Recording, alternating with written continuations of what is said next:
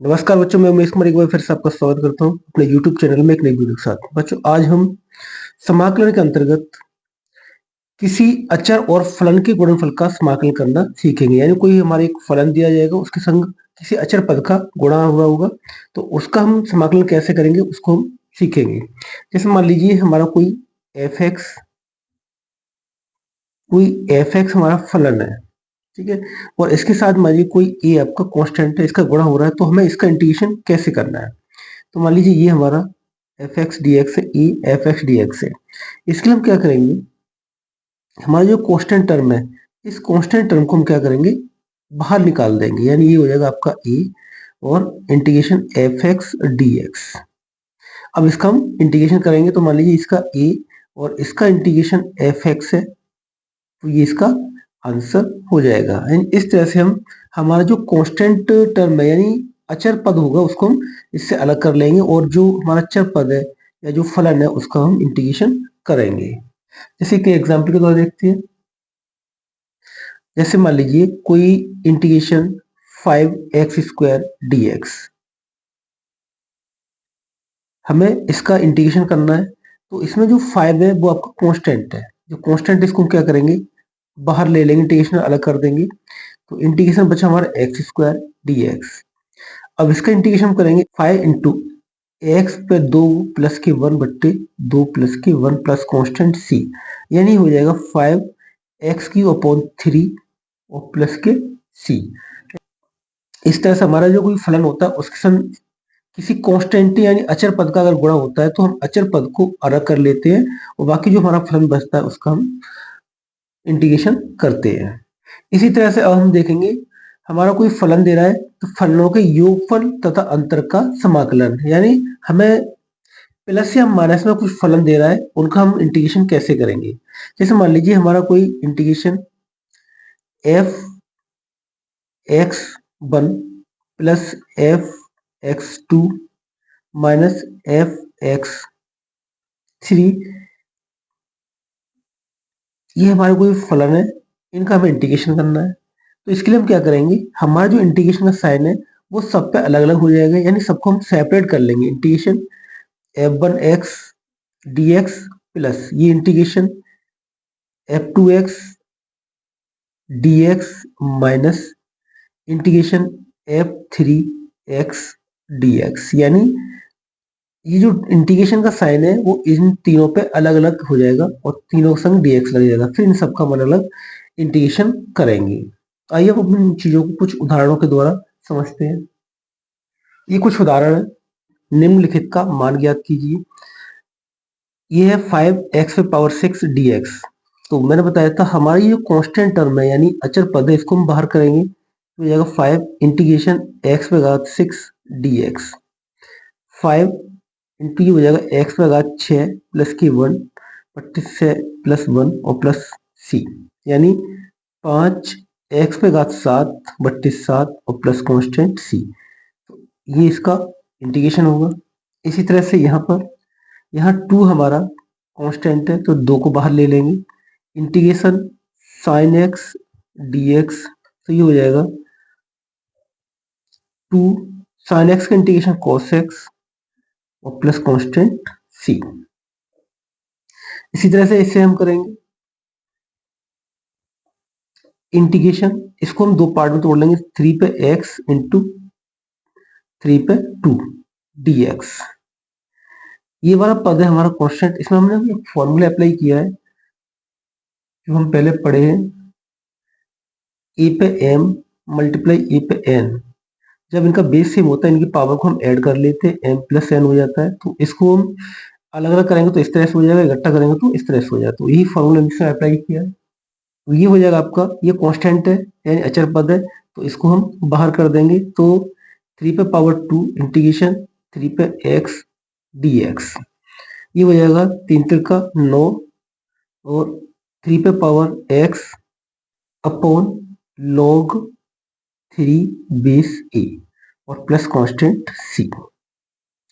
तो इसका आंसर होगा। इसी तरह से अगला प्रश्न हमारा इंटीग्रेशन e पे x प्लस के 2 sin x माइनस के 3 cos x dx। पहले हम इनको अलग अलग करेंगे तो ये हो जाएगा आपका इंटीग्रेशन ई पे एक्स डी एक्स प्लस के integration 2 sine x d x minus के integration 3 cos x d x. अब हम इसमें क्या करेंगे, ई पे एक्स को अभी ऐसे ही रहने देंगे प्लस इसमें दो कांस्टेंट है, इसको बाहर ले लेंगे तो sign x d x minus इसमें से हम 3 को बाहर लेंगे तो ये हो जाएगा कॉस एक्स डी एक्स। ई पे एक्स का इंटीग्रेशन ई पे एक्स रहेगा, सॉरी ई पे एक्स का इंटीग्रेशन ई पे एक्स प्लस 2 साइन एक्स का माइनस कॉस एक्स हो जाएगा और माइनस 3 कॉस एक्स का साइन एक्स हो जाएगा और प्लस कांस्टेंट सी, यानी ये होगा आपका ई पे एक्स माइनस के 2 कॉस एक्स और माइनस का 3 साइन एक्स और प्लस सी। तो ये इसका आंसर होगा। अगला प्रश्न हमारा इंटीग्रेशन 7 एक्स का घात 6 माइनस के 8 एक्स का घात 3 प्लस 5 डी एक्स, इसको भी हम पहले सेपरेट करेंगे यानी सबको अलग कर लेंगे। ये हो जाएगा integration 7 x power 6 D x minus integration 8 x power 3 D x plus के इंटीग्रेशन 5 डी एक्स। ये हो जाएगा आपका 7 बाहर ले लेंगे, कांस्टेंट है, अचर पद है, इंटीग्रेशन एक्स पे घात 6 डी एक्स माइनस इसमें से 8 बाहर ले लेंगे एक्स पे घात 3 डी एक्स प्लस इसमें से 5 बाहर लेंगे तो यहाँ बचेगा 1 डी एक्स। तो ये हो जाएगा आपका 7 एक्स पे घात 6 प्लस 1 बट्टे 6 प्लस 1 माइनस 8 एक्स पे घात 3 प्लस 1 बट्टे 3 प्लस 1 प्लस 5। यहाँ पर हम क्या करेंगे, एक्स पे घात हम 0 लगाएंगे क्योंकि एक्स पे घात 0 का मान 1 हो जाएगा dx। अब इसमें ये तो हो जाएगा आपका 7 एक्स पे घात 7/7 माइनस का 8 एक्स पे घात 4/4 और प्लस के 5, ये हो जाएगा एक्स पे घात 0 प्लस 1/0 प्लस 1 और प्लस कांस्टेंट c। अब 7 से 7 ये कट जाएगा, 4 दूनी 8, 2 बार ये कट जाएगा तो बचेगा एक्स पे घात 7 माइनस के 2 एक्स पे घात 4 प्लस के 5 एक्स, क्योंकि 1 और 0 को ऐड करने से 1 आएगा तो ये और 1 का ही इसमें भाग देंगे तो इतना ही आएगा, ये प्लस कांस्टेंट सी, ये इसका आंसर होगा। अगला प्रश्न हमारा, इसको भी हम पहले अलग अलग करेंगे तो integration under root x d x plus integration 1/√x dx। तो पहले हम इनका स्क्वायर रूट उठाएंगे दोनों का तो ये हो जाएगा integration x power 1/2 plus integration 1/x power 1/2 dx। Integration x power 1/2 dx plus इस पावर को, इसको हम क्या करेंगे ऊपर ले जाएंगे तो ये हो जाएगा x पावर माइनस के 1/2 dx। फॉर्मूला लगाएंगे x पे 1/2 माइनस के 1 अपॉन 1/2 माइनस का 1 प्लस x पे minus 1/2 minus 1 upon minus 1/2 minus 1 plus constant c। ये हो जाएगा आपका x पे घात माइनस का 1/2 बचेगा क्योंकि हम 1/2 माइनस के 1 करेंगे, एलसीएम लेंगे, 2 एलसीएम आएगा तो यहाँ बचेगा 1 माइनस का 2 यानी माइनस के 1/2 बचेगा तो ये माइनस 1/2 अपॉन नीचे भी माइनस का 1/2 आएगा प्लस इसमें हो जाएगा 2 एकम 2 और 1 3 एक्स पे माइनस का 3/2 अपॉन माइनस का 3/2 प्लस कांस्टेंट सी। इस 2 को पहुंचाएंगे तो माइनस का 2 और x पे माइनस के 1/2, इसको ऊपर पहुंचाएंगे तो माइनस का ही हो जाएगा 2/3 और x पे माइनस का 3/2 प्लस कांस्टेंट c, ये इसका आंसर होगा। इसी तरह से अगला प्रश्न हमारा x पे इंटीग्रेशन x पे घात 4 बट्टे x स्क्वायर प्लस 1 dx। अब इस टाइप के जो सवाल आएंगे तो हम क्या करेंगे, पहले हम देखेंगे हमारे ऊपर वाले टर्म की जो पावर है वो इससे कभी भी बड़ी नहीं होनी चाहिए, ना ही इसके बराबर, यानी ये हमेशा इससे छोटे होने चाहिए। तो इसके लिए हम क्या करेंगे, इसमें इसका डिवाइड देंगे, यानी x4 में आप एक्स स्क्वायर प्लस 1 का डिवाइड देंगे तो ये हो जाएगा x पे घात 2, इसका गुणा करेंगे x पे घात 4 प्लस के एक्स स्क्वायर, सी कैंसिल हो जाएगा, बचेगा minus x square.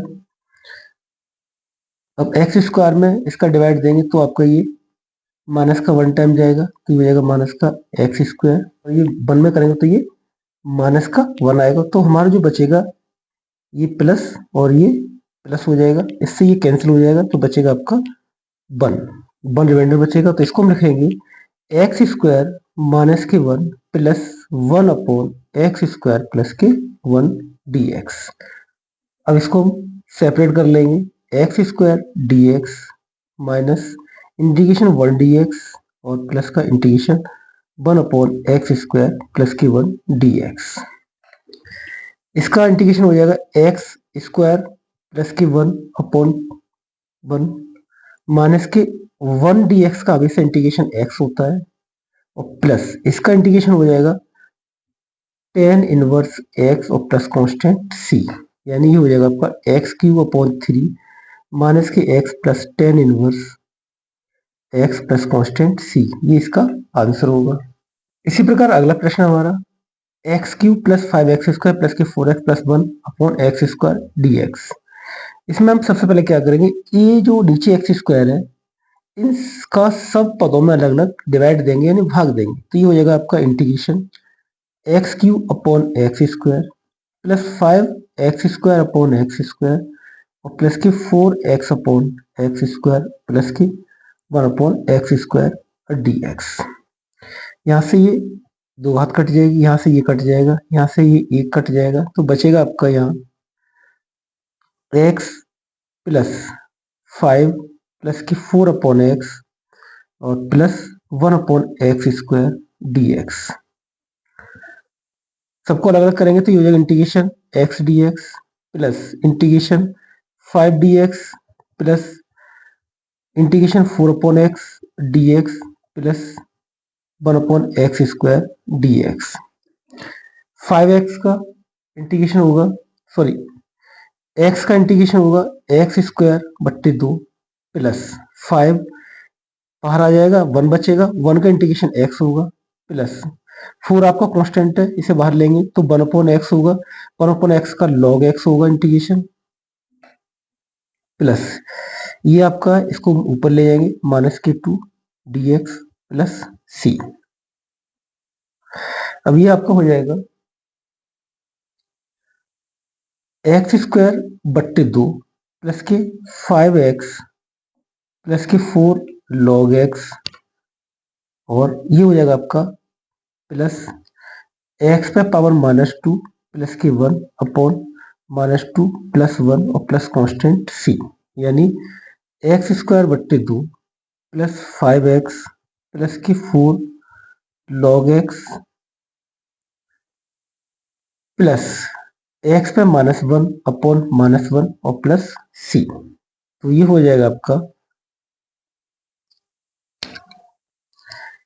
X square बट्टे 2 प्लस के 5x प्लस 4 लॉग एक्स, ये माइनस की वजह से ये चिन्ह माइनस का हो जाएगा और इस माइनस को हम नीचे लाएंगे तो ये 1 अपॉन एक्स हो जाएगा और प्लस कांस्टेंट सी, यानी एक्स का पावर माइनस 1 है, इसको हम नीचे लाएंगे तो 1 अपॉन एक्स हो जाएगा, ये नीचे आके प्लस की 1 हो जाएगी, तो 1 पावर को हम लगाते नहीं तो हमारा बचेगा 1 अपॉन एक्स, तो ये आंसर होगा इसका। इसी तरह से हमारा अगला प्रश्न है इंटीग्रेशन 1 प्लस एक्स का whole square upon root x d x. पहले हम इसमें क्या करेंगे, इसका स्क्वायर खोलेंगे तो 1 प्लस एक्स स्क्वायर प्लस के 2x upon root x d x. Root x का सब में अलग डिवाइड देंगे तो 1 अपॉन रूट एक्स प्लस के x square upon root x plus के 2x upon root x and d x. ये हो जाएगा आपका इंटीग्रेशन 1 अपॉन एक्स पे power 1 upon 2 plus x power 2 और ये एक्स पे power 1 upon 2 plus 2x upon root यानी x power 1 upon 2 D x. Root को पावर फॉर्म में लिख लिया हमने घातांक के रूप में। अब हम क्या करेंगे, इनकी घातों को ऊपर ले जाएंगे तो ये हो जाएगा एक्स पे माइनस के 1 अपॉन 2 प्लस एक्स स्क्वायर, ये डिवाइड में है तो इसकी घातों को एक फॉर्मूला होता है ए पे एम अपॉन ए पे एन, जब ये डिवाइड में होते हैं, बट्टे में होते हैं, तो इनकी घातों को हम आपस में माइनस कर देते हैं यानी घटा देते हैं। तो वही हम इसमें अप्लाई करेंगे। तो ये हो जाएगा आपका -1/2 प्लस 2x पे 1 पावर होगी, इस पे एक घात होगी, इसको ऊपर ले आएंगे तो माइनस का ये इसमें कट जाएगा और ये dx सेपरेट कर लेंगे, x पे माइनस के 1/2 dx प्लस ये हो जाएगा x पे घात 2 दूनी 4, 4 में से एक गया तो 3/2 dx प्लस 2 इंटीग्रेशन यहाँ भी हो जाएगा, 2 एकम 2, 2 में से एक गया तो x पे घात 1/2 dx। सॉल्व करेंगे, x पे -1/2 plus 1 upon -1/2 plus 1 plus x पे 3/2 plus 1 upon 3/2 plus 1 plus 2 x पे 1/2 माइनस 1 सॉरी प्लस 1 बट्टे 1/2 प्लस 1 प्लस कांस्टेंट c। तो ये हो जाएगा आपका 2 एकम 2, 2 में से एक गया तो एक बचेगा यानी x पे 1/2, यहाँ भी f का 1/2 आएगा प्लस ये x पे घात 2 एकम 2 और 2 3 5, 5/2, यहाँ भी 5/2 आएगा प्लस 2 और x पे ये 3/2 हो जाएगा, 2 एकम 2 3/2 बट्टे 3/2 प्लस कांस्टेंट c। तो हमारा जो आंसर आएगा इनको हम ऊपर पहुंचा देंगे, तो ये हो जाएगा आपका 2x पे 1/2 प्लस 2/5 x पे 5/2 प्लस ये 2 ऊपर पहुंच जाएगा तो 2 दूनी 4 हो जाएगा, 4/3 और x पे 3/2 प्लस कांस्टेंट c। ये इसका आंसर होगा। इसी तरह से ये और क्वेश्चन है, इसमें भी हम x का इसमें अलग अलग भाग देंगे, तो ये हो जाएगा 5x/x प्लस के 7/x और प्लस e पे x dx। तो x x यहाँ कट जाएगा, यहाँ बचेगा 5 प्लस 7/x और प्लस के e पे x dx। सबको अलग करेंगे तो integration 5 dx plus integration 7/x dx और प्लस इंटीग्रेशन e पे x dx। 5 कांस्टेंट है, इंटीग्रेशन 1 dx बचेगा प्लस यहाँ 7 बाहर ले लेंगे तो 1/x dx बचेगा और प्लस यहाँ इंटीग्रेशन e पे x dx। 5 1 का इंटीग्रेशन हमेशा एक x रहता है प्लस 7 1/x का इंटीग्रेशन log x रहेगा और e पे x का इंटीग्रेशन e पे x रहेगा प्लस कांस्टेंट c। ये इसका आंसर होगा। तो बच्चों ये हमारे अचर और एक फलन के गुणनफल से संबंधित और फलनों का योगफल तथा अंतर से संबंधित कुछ प्रश्न थे। आशा करता हूँ वीडियो पसंद आए होगा। अगर वीडियो पसंद आए तो फिर लाइक करें, शेयर करें तथा चैनल को सब्सक्राइब करें। वीडियो देखने के लिए धन्यवाद।